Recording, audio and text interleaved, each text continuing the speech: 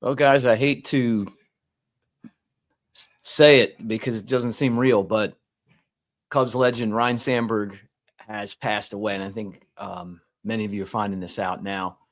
The Cubs legend is gone, and at 65 years old, succumbed to cancer. It's still kind of sinking in and hard to believe, but he's been battling cancer, and obviously, we're all just shocked right now to learn that Ryno's gone. I can say so many things about Ryno, and I got to spend a season with him, worked with him every day, rode on the bus with him. We became really good friends. Great sense of humor, wonderful person, great values. Would do anything for the people he loved. He'd go to bat for you. Make sure that that basically anything he could do to help you, he was going to do that. That was the players, that was the support staff, broadcasters like me, whatever. He was awesome. And he obviously, as a player, I grew up admiring, loving Ryno. I remember Ryno breaking in with the Cubs. Obviously the Sandberg game, the 84 season. And I even remember when he retired the first time. And then, him coming back and how cool that was. He used to talk a lot about being from Spokane, Washington, and not as much about playing sports as as working. I think I remember him talking about working for a morgue, as a kid, and just kind of like what that was like, and some of the jobs that he had. But he was the type of guy that would put like his work first and do a great job with it and demanded that out of everybody. Just as a manager. Now, as a player, he's one of the greatest baseball players of all time, obviously a Hall of Famer, hit 285 in his career, had that home run stroke for second baseman. He was kind of the guy that like showed you that second baseman could hit home runs. He had 282 of those. Had 2,386 hits as a manager, 119 and 159. He eventually got to the big leagues and managed the Phillies. That's where his career started. But he was a perennial all-star, made 10 consecutive all-star games from 83 to 91, Gold Gloves, won 9 straight Gold Gloves. He was one of the best fielders out there. How many of us went out and tried to wear the number 23 because Ryno wore it? It's emotional because I have so many great memories with him. You see the Open. Shit, I didn't play it. I will, I guess. Maybe going out today, just because the last thing on there is one of the greatest sports memories of my life. It's Ryne Sandberg pouring a beer on my head after I did an interview with him after the team won to go to the championship series in 2009. And I walked out and said, hey, how crazy is that? Ryne Sandberg just poured a beer on my head and he's not mad. He loved his family, his grandkids, his former teammates. I've become really good friends with Jody Davis. Bobby Dernier was someone that I got to know. But everybody that was around Ryno loved him. And I used to give him a hard time because he liked that. He liked you messing with him. I'd always tell him, hey, I'd describe him and talk about my all-time favorite Cub, which is him. And then I'd go, yeah, Hawk. And so Cubs convention one year, Hawk is coming off stage. Ryno's coming off stage. I'm about to go on and host a panel. And it was just awesome. Like Ryno sees Hawk, he pulls him over, and I took a picture with those two. I was like, look, I got to get this picture. Ryno introducing Hawk to me. I'd already met Hawk, but just listening to him say, hey, it's my friend. We worked together. We had one of the best seasons. I text Ryno. he always texts back jokes, like because we have a very similar sense of humor.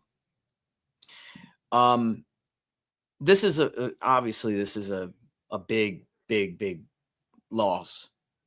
In the Hall of Fame community, in the Cubs community, in our family of Cubs fans, Ryno's family.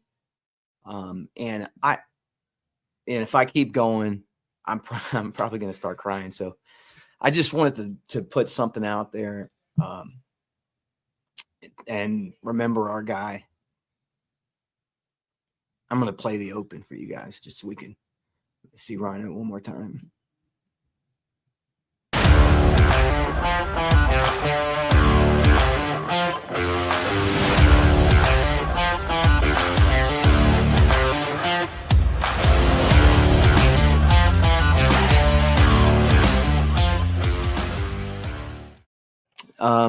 Love you, Ryno, and rest in peace. We'll be covering this as it goes on, but it's just unbelievable, and a valiant fight to the end for Ryno with cancer, but Ryno passes away today at 65 years old.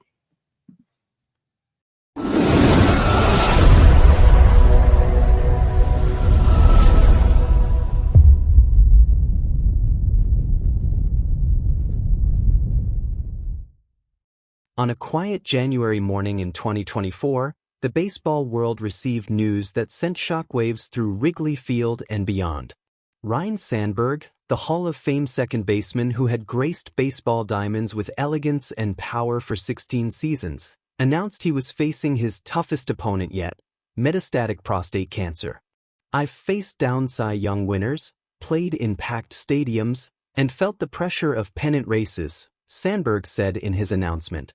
"But this is different. This is the fight of my life." The man who had never backed down from a challenge, who had turned double plays with ballet-like grace and launched home runs with devastating power, was now facing an enemy that couldn't be defeated with a perfectly timed swing or a spectacular defensive play. To understand the magnitude of this loss, you have to understand the legend that was Ryne Sandberg. Born September 18, 1959, in Spokane, Washington, Ryne D. Sandberg was destined for greatness from the moment he first picked up a baseball glove.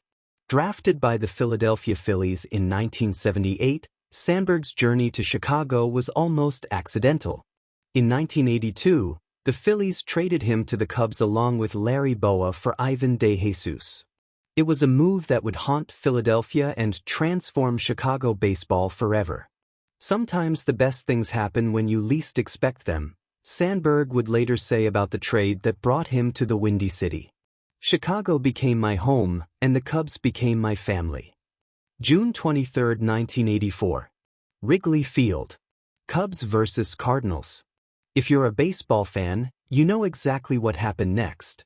In what would become known simply as the Sandberg Game, Ryno delivered one of the most clutch performances in baseball history. Trailing 9-8 in the bottom of the ninth, Sandberg stepped to the plate against Cardinals closer Bruce Sutter, one of the most dominant relievers of his era. A game-tying home run to right field. The game went to extra innings. Bottom of the 10th, Sandberg up again against Sutter. Lightning doesn't strike twice, right? Another home run, almost to the identical spot. Cubs win 12-11. Wrigley Field erupts. A legend is born. "That was the moment I knew I belonged," Sandberg reflected years later. "Not just in the big leagues, but among the great players. That day changed everything for me." 1984 wasn't just about one game, it was about an entire season of excellence that redefined what a second baseman could be. While traditionally seen as a defensive position with limited offensive expectations, Sandberg shattered every stereotype. .314 batting average, 19 home runs, 84 RBIs, 32 stolen bases, 114 runs scored, Gold Glove defense. When the MVP votes were counted, Sandberg had become the first Cubs player to win the award since Ernie Banks in 1959. More remarkably, he was the first second baseman to win MVP since Joe Morgan in 1976. Ryne changed how we think about second base, said Hall of Fame manager Whitey Herzog. Before him, you wanted your second baseman to turn two and maybe hit .270. Ryne could do everything: hit for average, hit for power, steal bases, and play defense like a magician. If Sandberg's offensive numbers were impressive, his defensive play was transcendent.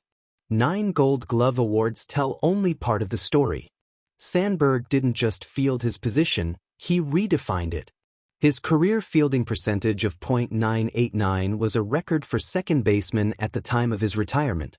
He holds the major league record for consecutive errorless games by a second baseman, 123 games, and most consecutive chances without an error, 582. Watching Ryne turn a double play was like watching art, said longtime Cubs broadcaster Harry Caray. Smooth as silk, quick as lightning, and prettier than anything you'd see at the ballet. Cubs fans would arrive early just to watch Sandberg take infield practice. His pregame routine became as much a part of the Wrigley experience as the ivy-covered walls and the seventh-inning stretch. At the height of his powers, with a lucrative contract and seemingly unlimited baseball ahead of him, Sandberg shocked the sports world. On June 13, 1994, he announced his retirement at age 34. I am not the type of person who can be satisfied with anything less than my very best effort, Sandberg said at his retirement press conference. Due to a combination of factors, I no longer feel I can give that effort, and it would not be fair to the Cubs organization, the Cubs fans, or myself to continue. The decision stunned baseball. Here was a player in his prime, walking away from millions of dollars because he felt he couldn't meet his own impossibly high standards. In an era of me-first athletes, Sandberg's selfless decision stood out like a beacon. That's just who Ryne was, said former teammate Mark Grace. He had standards that were higher than anyone else's. If he couldn't be the best version of himself, he wouldn't take the field. After sitting out the entire 1995 season, something called Sandberg back to baseball. Maybe it was the love of the game, maybe it was unfinished business, or maybe it was the realization that he still had something left in the tank. In 1996, Sandberg returned to the Cubs, and remarkably, he was still Ryne Sandberg. .244 batting average, 25 home runs, and that same flawless defense that had made him famous. He played 2 more seasons before retiring for good in 1997.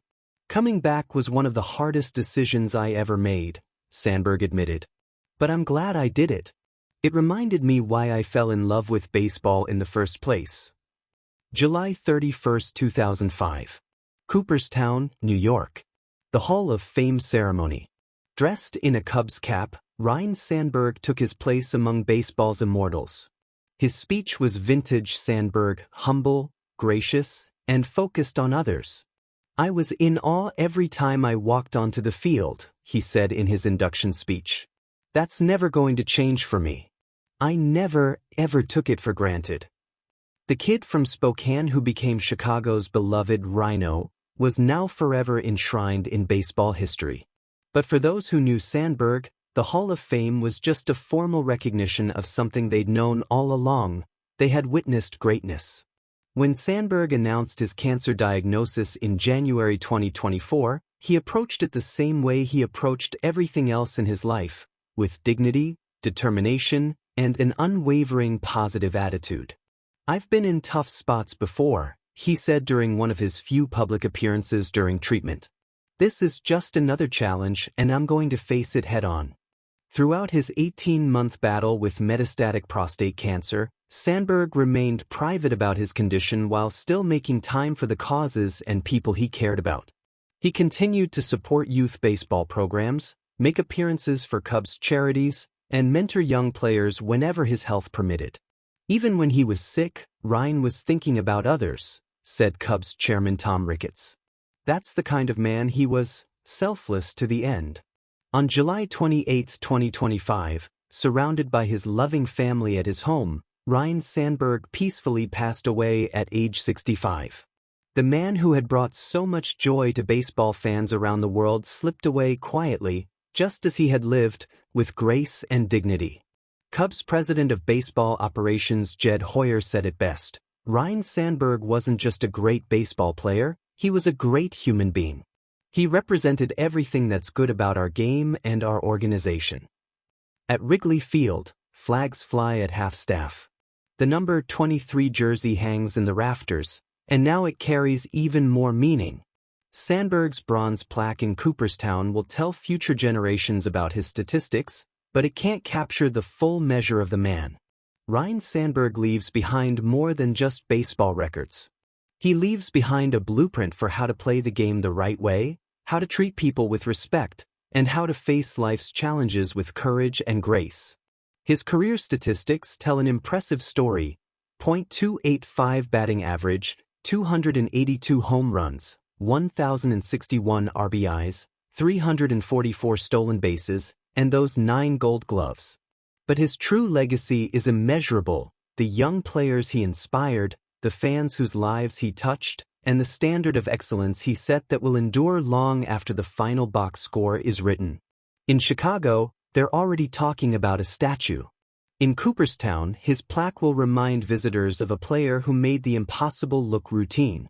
But in the hearts of baseball fans everywhere, Ryne Sandberg will live forever as Ryno, the second baseman who played the game exactly as it was meant to be played. Rest in peace, Ryne Sandberg. Your legend will never fade, and your impact on the game will echo through generations of players yet to come. Thank you for showing us what it means to be a true professional, a loyal teammate, and a class act both on and off the field. The game is a little less beautiful today, but the memories you gave us will last forever.